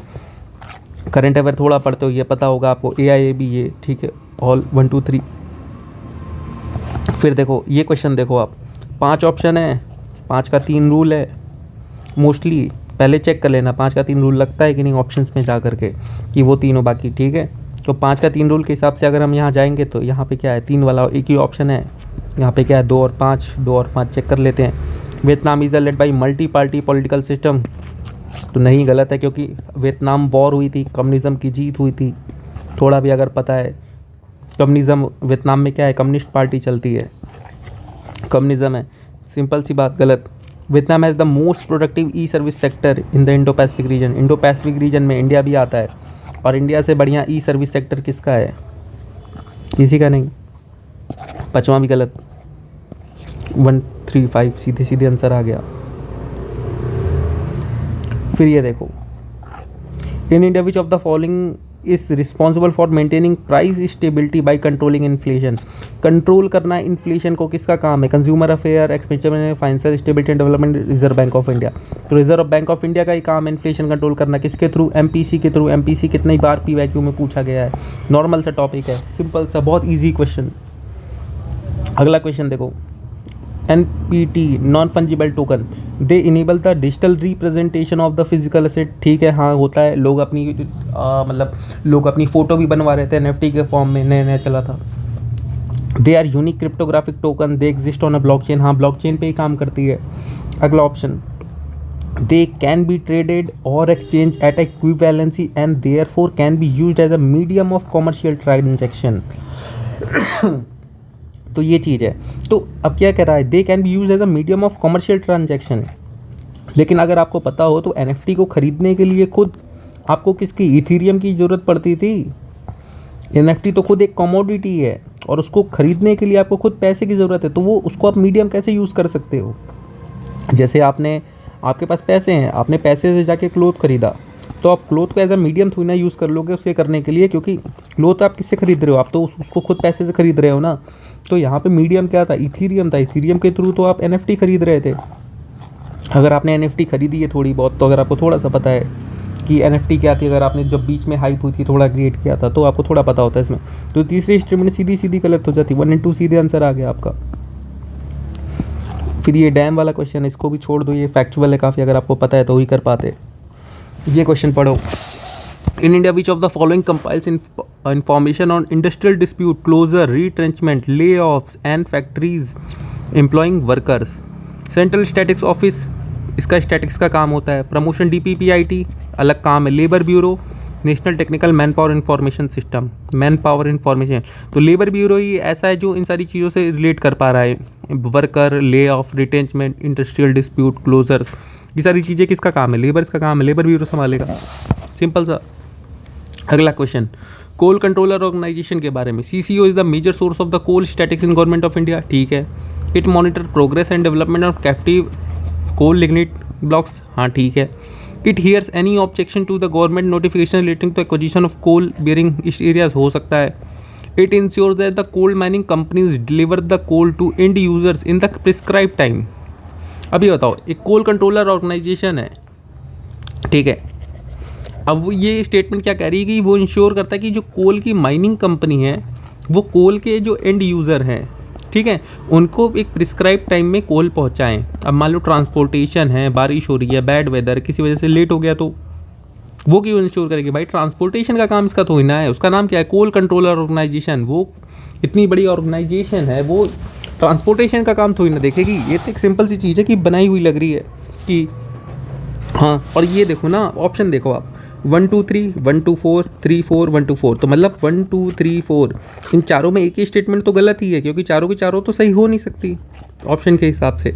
तो सिंपल सी बात है, आपको एक तो गलत करनी पड़ेगी, तो उसमें आपको गलत करने के लिए सबसे सूटेबल चूज़ करनी पड़ेगी। और सबसे सूटेबल क्या है? आपको चारों पढ़ के उसमें देखना पड़ेगा, और उसमें सबसे कौन सी गलत लग रही है उसके लिए चौथी वाली काट दोगे, 1 2 3 आपका सीधे सीधे आंसर आ जाएगा, ठीक है। लेकिन इसके लिए भी क्या है, आपको पहले थोड़ा सा वो समझना पड़ेगा, ठीक है, मतलब थोड़ा UPSC के PYQ को एनालिसिस करना पड़ेगा अच्छे से।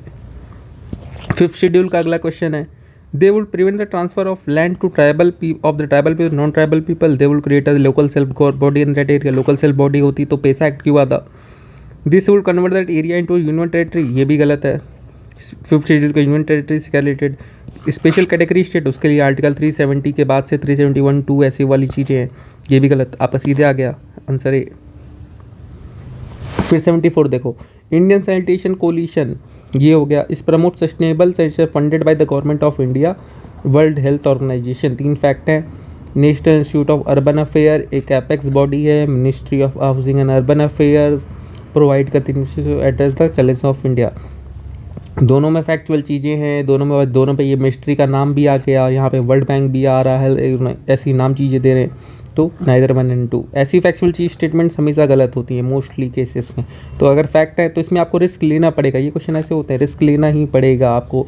शॉर्टली या फैक्ट दिख रहे हैं तो उसको क्रॉस करने के लिए उतना रिस्क आपको अपने ऊपर लेना पड़ेगा कि हाँ क्रॉस करना पड़ेगा।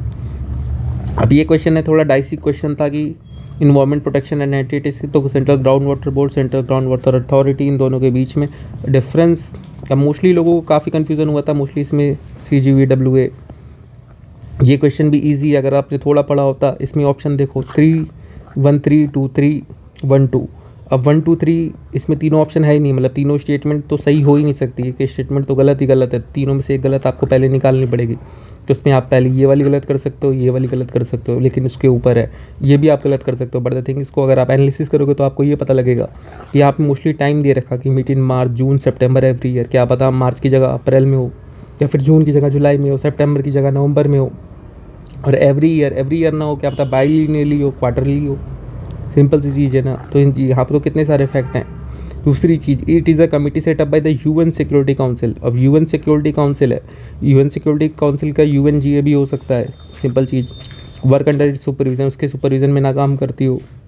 तीसरा क्या कह रहा है, it access the credential of all UN member before submitting a report to general assembly for approval. जब UNGA को अगर वो अप्रूवल के लिए दे रही है तो UNSC के अंदर में क्यों काम करेगी, राइट। 1 और 2 सीधे आपका कट हो जाएगा, 3 आंसर आ जाएगा ऐसे।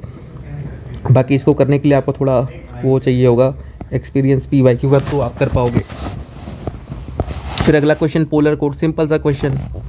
It is a international code for safety for ships operating in the polar water, agreement country on north pole. It is a set of norm to be followed by countries for research in the north pole and south pole. यहाँ पे research studies की बात कर रहा है। It is a security agreement of the member of the Arctic council. यहाँ पे क्या लिखा है, पोलर कोड, और यहाँ पे पोलर वाटर की बात कर रहा है। ऑप्शन A और D में आ जाओ ऐसे क्वेश्चन में, सिंगल स्टेटमेंट वाले A और D में। तो क्या है D, क्या आर्कटिक काउंसिल की बात कर रहा है, यहाँ पोलर कोड है, ये पोलर वाटर की बात कर रहा है। सिंपल से ऑप्शन A सही हो गया, ज़्यादा रिलेट कर रहा है पोलर वाटर और पोलर वाटर दोनों को कवर कर रहा है, आर्कटिक को भी अंटार्कटिक को भी, नॉर्थ पोल साउथ पोल दोनों कवर कर रहा है। तो सिंपल से फिर UNGA आ गया। क्वेश्चन पढ़ो, the UNGA can grant observer status to any non member states.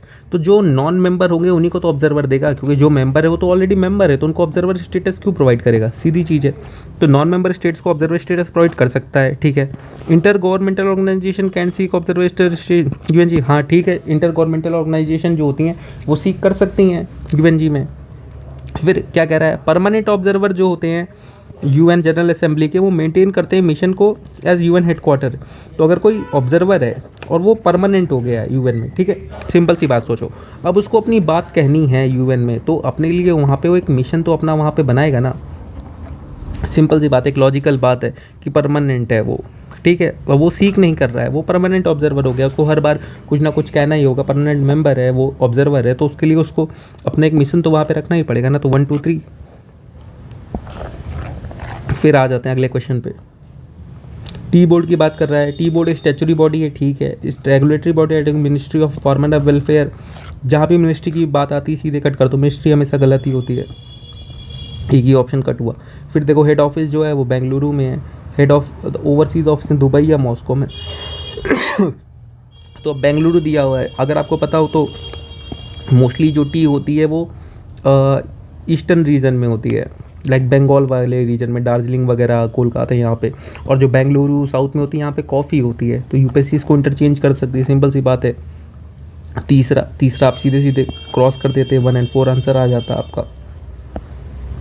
Green washing term दी हुई है, ठीक है। अब ग्रीन वॉशिंग, ठीक है, वाइट वॉश होती है। वाइट वॉश क्या होता है, किसी चीज़ को झूठ को सच बनाना, ठीक है।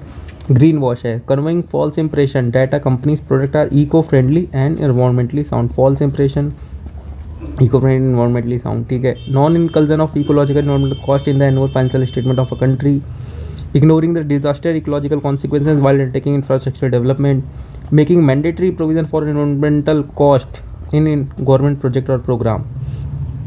तो ग्रीन वॉशिंग सबसे ज़्यादा किस पे हो रहा है, ए पे, और ए और डी में है भी, और ए और डी में से सबसे ज़्यादा बेटर स्टेटमेंट कौन सी है, ग्रीन वॉशिंग के लिए। ग्रीन वॉशिंग सीधे कर लो ना, वाइट वॉशिंग, ठीक है, वाइट वॉश से देख लो फॉल्स इंप्रेशन, और इको फ्रेंडली इन्वायरमेंटली यूज़ है प्रोडक्ट, लेकिन वो फॉल्स इंप्रेशन है। ग्रीन वॉशिंग सीधे सीधे आ गया। फिर देखो ये क्वेश्चन देखो, हाई क्लाउड लो क्लाउड के बारे में बात कर रहा है। High cloud primary reflect solar radiation, cool the surface of the earth. Low cloud have a high absorption of the infrared radiation. Emitting from the earth surface and thus cause warming effect. ऐसी जगह पे जहाँ पे ऐसी दो चीज़ें दी हों जो रिलेटेड हों तो यूपीएससी मोस्टली स्वैप कर देती है, याद रखना, बार बार मैंने बताया है। तो यहाँ पे भी यूपीएससी ने क्या है, स्वैप कर दिया है, नाइदर वन नाइदर टू। अब ये क्वेश्चन पढ़ो, बहुत टफ लग रहा है कि नहीं पढ़ा है, नहीं समझ में आया, लेकिन कितना आसान सा है। Bidi Bidi is a large refugee settlement in the north western Kenya. एक फैक्ट दे रखा है, some people who fled from the South Sudan civil war live in Bidi Bidi. तो हाँ, हो सकता है कि अगर एक इंसान भी साउथ सूडान से भाग करके आया हो, बीडी बाड़ी में रह रहा हो, तो स्टेटमेंट सही हो गई। Some people who fled from civil war in the Somalia live in Dadaab refugee complex in Kenya. तो हो सकता है एक इंसान भी अगर वहाँ से गया हुआ है सोमालिया से भाग करके वहाँ, तो स्टेटमेंट सही हो गई। 2 और 3 सीधे सही हो गई, पहला वाला फैक्ट है। और ऑप्शन में 1 2 3 तीनों दे नहीं रखा है, राइट, कि तीनों स्टेटमेंट सही नहीं हो सकती, मतलब एक तो गलत करनी है तो जो इसमें फैक्ट है सबसे ज़्यादा उसको गलत कर दो। पहला आगे आंसर आपका। ऑर्गेनाइजेशन ऑफ टर्की स्टेट्स की बात कर रहा है, ठीक है। अब पहला ऑप्शन पढ़ो, ये देखो 1 2 पढ़ो, अर्मेनिया अजरबैजान, इन दोनों में दुश्मनी चल रही है बहुत ज़्यादा, राइट, कितने साल से। ये तो एक साथ ये दोनों किसी एक चीज़ के मेंबर हो ही नहीं सकते। और टर्की स्टेट्स के, और टर्की की सबसे ज़्यादा बनती किससे, अजरबैजान से बनती है, अर्मेनिया से उसकी बनती ही नहीं है, दुश्मनी है। अगर आपको इतना भी मेंबर का नहीं पता, अगर ये थोड़ी सी करंट की चीज़ें पता है तो भी इस क्वेश्चन को आप कर लेते। अर्मेनिया अजरबैजान एक साथ होंगे नहीं, 1 2 सीधे काट दो, अर्मेनिया से उसकी बनती ही नहीं, 1 भी काट दो, बच क्या गया 2 और 5, 3 4 5। तो अजरबैजान उसका दोस्त है, होगा ही, तो 2 5 सीधे सीधे आंसर आ गया। अब देखो यहाँ पे आपका 5/2 का रूल नहीं लग रहा है, ठीक है, 5/3 का, ठीक। तो यहाँ पे 5 में से कितने सही हैं, 2 सही हैं, ठीक। तो ऐसे क्वेश्चन में आपको थोड़ी नॉलेज भी पहले चेक करनी, नॉलेज वगैरह कुछ नहीं हो, एकदम क्वेश्चन का कुछ नहीं आता पता हो तो जाके वो चीज़ें करना, ठीक है। अगला क्वेश्चन इस पे आ जाते हैं, यूएन क्लोज के बारे में ये कह रहा है, coastal has a right establish breadth of territorial sea up to limit not exceeding 12 nautical miles, ठीक है, फ्रॉम द बेस लाइन। तो ये स्टेटमेंट सही है, 12 नॉटिकल माइल्स होती हैं।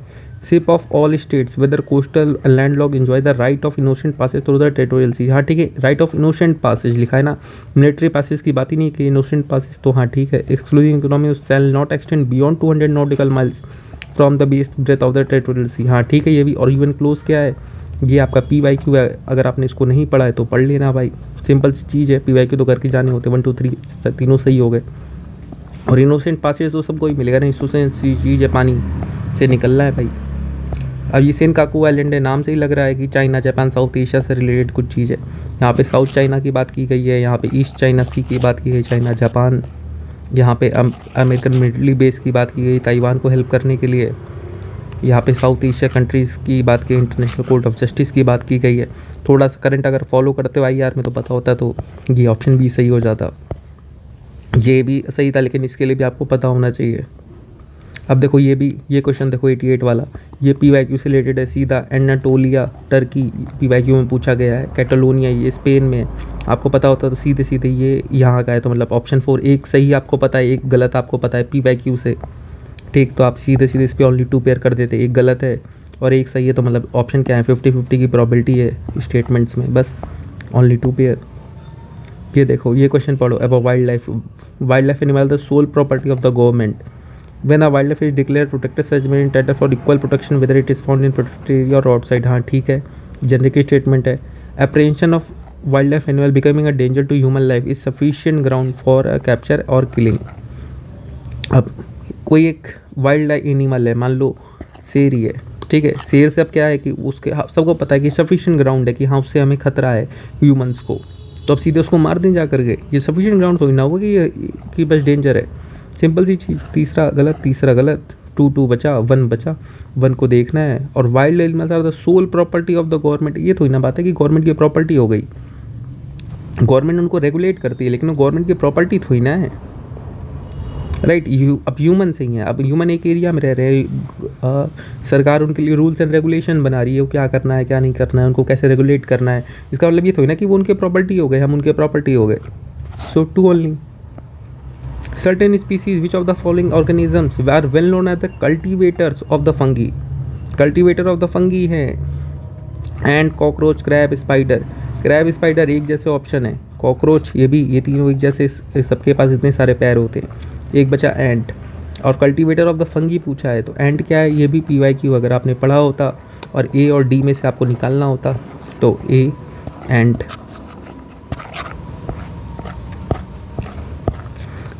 ये क्वेश्चन फैक्चुअल है, ये भी फैक्चुअल है। अब देखो संगम लिटरेचर का ये क्वेश्चन पढ़ो। Sangam literature are devoid of any reference to material culture.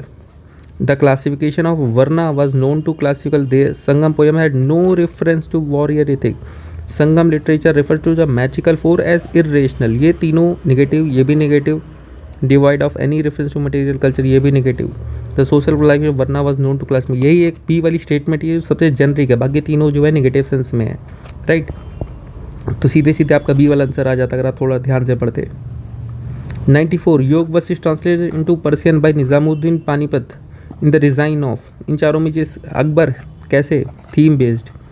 UPSC Akbar के बारे में हमेशा क्वेश्चन पूछती है और हमेशा ऐसी चीज़ें पूछती है, और अगर ऑप्शन में अकबर है तो अकबर जाओ। जैसे आपको बताया ना मैंने, EU है, WTO है, उसके बाद आपका अजंता हो गया, अजंता एलोरा, विजयनगर, अकबर, ठीक है। ये सारी चीज़ें क्या थीम बेस्ड है कि जहाँ पे यूपीएससी हर सारे क्वेश्चन पूछती है, और अकबर ही सबसे ज़्यादा लिबरल था, राइट। और अकबर की रिजाइम में मोस्टली ऐसी जो पर ट्रांसलेशन वाली चीज़ें थी ना, वो अकबर की रिजाइम में हुई थी। फिर रामानुजा की बात की गई है। स्टेटमेंट टीचिंग ऑफ रामानुजा, पहला स्टेटमेंट का the best means of salvation was devotion, Vedas are eternal self holy, logical existential mean for highest place. चौथा कह रहा है salvation are obtained through meditation.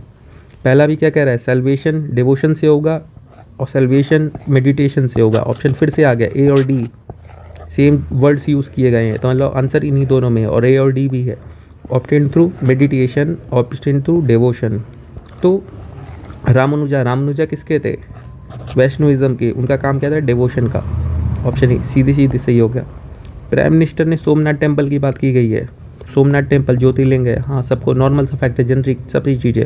अब आगे 2 और 3 में 3 स्टेटमेंट है, 3 की तीनों सही हो बहुत लीस्ट प्रॉबिलिटी है, 3 में से 1 सही हो बहुत लीस्ट प्रॉबिलिटी है, तो मोस्टली 3 में से 2 सही होती हैं, ठीक है। मतलब 3 में से 2 तो सही होती ही हैं, नहीं हो तो 2 तो लगा के ही आना। अब देखो इन दोनों में पढ़ो। A description of Somnath was given by Al-Biruni, प्राण प्रतिष्ठा of Somnath temple installation present temple was done by president ए राष्ट्रपति। ये क्या है, ये एक फैक्चुअल स्टेटमेंट है। ये क्या है, ये एक जेनरिक स्टेटमेंट है। ये इन्होंने क्या पता, एक डिस्क्रिप्शन दिया होता है अलबरूनी ने, क्या पता अगर थोड़ा सा भी दे दिया हो या फिर कहीं पे ऐसा मेंशन कर दिया हो तो भी स्टेटमेंट सही है। और यहाँ पे एकदम फैक्चुअल दी गई है कि जो प्रेसिडेंट आर राधाकृष्णन थे उन्होंने प्राण प्रतिष्ठा सोमनाथ टेम्पल की उस टाइम पे की थी, क्या पता किसी और ने की हो, इन्होंने नहीं, तो एक फैक्चुअल होगा। और ये क्या है, description of Somnath temple was given by Al-Biruni, तो अगर थोड़ी सी भी थी वो एक डिस्क्रिप्शन वाइज है, तो एक थोड़ी जेनरिक स्टेटमेंट है ये। तो 1 और 2 सीधा सीधा आंसर हो गया। पहला आपको पता है सही है, ये वाला ऑप्शन सीधे सीधे हटा, तो 1, 3 और ये तीनों के तीनों सही है, तो आपको 1, 2, 1, 3 में से देखना था, तो 1, 2 और 1, 3 में से आपका सिंपल सा 1, 2 आ गया। जेनरिकली ऐसे आपको अपनी आदत बनानी पड़ेगी तभी आपके आंसर निकलेंगे। ये देखो रोल ऑफ बी सेल और टी सेल है, ठीक है। ऑप्शन पढ़ो। Protect the body from environmental allergen, alleviate the body pain and inflammation, act as immunosuppressant, protect the body from disease and cause by pathogen. दोनों में protect the body, ठीक है। ए और डी फिर से आ गए, ए और डी में, ठीक। Environmental allergen, protect the body from disease cause by pathogens. तो इन्वायरमेंटल एलर्जेंस हैं या फिर disease cause by the pathogens है। Role of T cell and B cell, ठीक। तो ए और डी में से आपको चूज़ करना है, या environmental allergen cause by pathogen, तो टी एंड बी सेल का काम क्या होता है, पैथोजेंस। ऑप्शन डी आपका मोस्टली सही हो गया। तो 2 ऑप्शन पे तो आप सीधे सीधे आ गए। अब इसमें आपको चूज़ करना पड़ेगा, एनवायरमेंटल एलर्जन है कि कॉज बाई पैथोजन। तो बी एंड सेल कहाँ काम करते हैं, इनसाइड द बॉडी काम करते हैं, तो मोस्टली किससे काम करेंगे, पैथोजेंस के ऊपर काम करेंगे, ठीक। अब देखो other than the dose made by humans nano particle do not exist in nature, ये कैसे हो सकती है, नैनो पार्टिकल मतलब इसमें यूज़ नेचर में एग्जिस्ट ही ना करते हो, क्या पता हो ह्यूमन ने अभी तक देखे ना हो। तो पहली स्ट्रीम बहुत एक्सट्रीम काट कर दो, पहली कट गई 3 बची 2 बचा, 3 सही है, 2 देखना है। Nano particles of some metallic oxide are used in manufacture of some cosmetics, ठीक है। जनरिक है, nano particle of some commercial product which enter the environment are unsafe for human, ठीक है, सही है। 2 और 3 दोनों सही हैं। फिर देखो DNA bar coding can be a tool use to the, option में जाओ 1, 3, 1, 2, 1, 2, 3, 1, 2, 3 ऑप्शन में है ही नहीं, मतलब तीनों स्टेटमेंट सही है ही नहीं, मतलब एक स्टेटमेंट गलत है। अब आपको देखना है स्टेटमेंट गलत कौन सी, डीएनए बार कोडिंग, डीएनए बोला है और बार कोडिंग बोला है, तो डीएनए मतलब जेनेटिक वाली चीज़ों से रिलेटेड है। Assess the age of the plant and animal, किसी की डीएनए से आप उसकी एज निकाल सकते हो, नहीं, पहला गलत नहीं तो डाउट में डाल देते हैं। डिस्टिंग्विश इस अमंग स्पीसीज दैट अलाइक। तो हाँ, ये तो पॉसिबल है कि दो स्पीसीज जो एक जैसी दिखती हैं उनमें उनके डीएनए की मदद से आप उसको अलग अलग कर सकते हो, उनमें डिफरेंस बता सकते हो। हाँ, दूसरी स्टेटमेंट तो सही है, ये पता लग गया हमें, ये काट दो, ये काट दो। दूसरा क्योंकि हमें पता लग गया ये तो सही है। तो 1 2 और 2 3, तो अब आपको 1 और 3 में देखना है। आइडेंटिफाई अनडिज़ायरेबल प्लांट और मटेरियल इन प्रोसेस फूड। हाँ, तो अगर कोई प्रोसेस फूड हो चुका है लेकिन उसमें फिर भी तो उसका डीएनए तो रहेगा ही ना, तो उसमें आप आइडेंटिफाई तो कर सकते हो। तो सिंपल सी चीज़ है, 3 आपका ज़्यादा बेटर होगा एज कंपेरिजन टू 1, क्योंकि 1 तो हम ऑलरेडी डाल, तो 2 और 3 आपका सीधे आंसर आ गया। फिर देखो, consider following, what the cause of the acid rain? Carbon monoxide, nitrogen oxide, oxygen, sulphur dioxide. Option 1 2 3 4 है ही नहीं, तो मतलब एक तो आपका वैसे ही गलत है। और एसिड रेन यूपीएससी का बहुत फेवरेट PYQ, कितनी बार आ चुका है, मतलब पुराने पेपर सॉल्व करोगे तो एसिड रेन तो हर साल ही पूछ रहे थे पहले। Acid rain, nitrogen oxide, sulphur dioxide, एक सिंपल सा क्वेश्चन है इन्वायरमेंट का। 2 और 4 सीधे आ गया आंसर आपका, ठीक। और ओजोन से तो होता ही नहीं एसिड रेन, तो 3 तो आप सीधे सीधे कट कर दोगे, तो आपका क्या बच गया? 2 4 ये, ठीक, 4 और ये 2, तो 2 से तो होता ही है सल्फर और नाइट्रोजन, तो सीधे सीधे आंसर आ गया। तो कितने क्वेश्चन हमने सॉल्व कर लिए? लगभग 1 2 3 4 5 6 7 8 9 10 11 12 13 14 15 16 17 18 19 20 21 22 23 24 25 26 27 28 29 30 31 और 32 33 34 35 36 37 38 39 40 41 42 43 44 45 46 47 48 49 50 51 52 53 54 55 56 57 58 59 60 61 63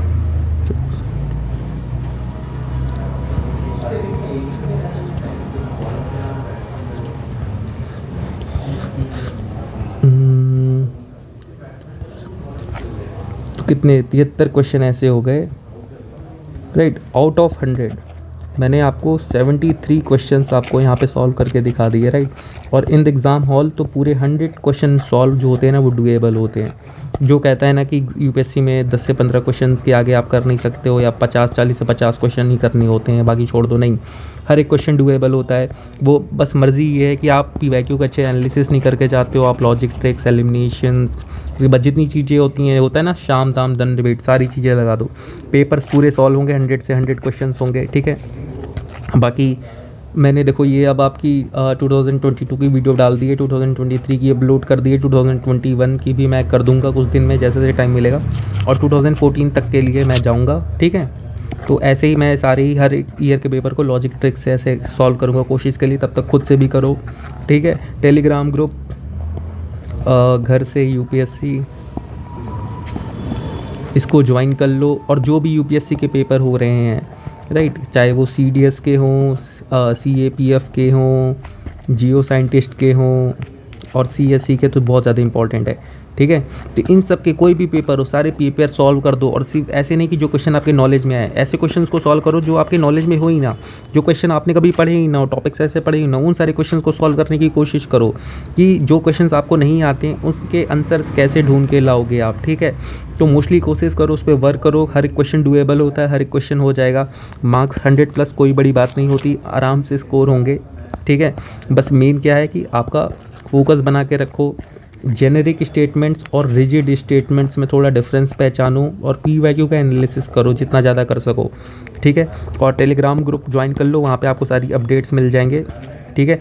ईच एंड एवरीथिंग वहाँ पे आपको प्रोवाइड किया जाएगा, ओके। PDFs अवेलेबल हो चुकी हैं, जो PYQ टॉपिक्स की थी, ठीक है। एनालिसिस के बाद एक्सेल शीट भी प्रोवाइड की जाइए वहाँ पे, तो उसको जाओ देखो। एक्सेल शीट की PDF भी मैंने ग्रुप पे अपलोड कर दी है, ठीक है। तो उस चीज़ का भी एनालिसिस करो, देखो अब जितने भी टाइम रह गए हैं 40 से 50 दिन, उसको पूरा टाइम अपना PYQ में लगा दो। PYQ ही एट लास्ट हैं जो आपको बेनिफिट करेंगे, मदद करेंगे, आपकी एग्ज़ाम सॉल्विंग कैपेसिटी बढ़ाएंगे, ठीक है।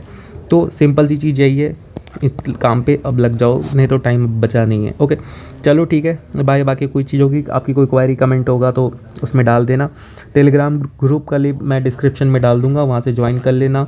वहाँ पे जियो साइंटिस्ट का जो पेपर था वो मैंने उसकी वीडियो अपलोड कर दी थी, उसकी PDF भी मैं कुछ दिन में अपलोड कर दूंगा डिटेल नोट्स के साथ, ठीक है। और जो UPSC के 10 ईयर्स की PYQ नोट्स की PDF है वो भी ग्रुप पे आ गई है, तो उसको भी आप वहाँ से देख सकते हो, सैम्पल PDF, ठीक है। बाकी जिन लोग को उसके लिए चाहिए होगी तो मुझे टेलीग्राम ग्रुप में DM कर देना, वहाँ से मैं अवेलेबल करा दूँगा। ओके, चलो ठीक है, बाय।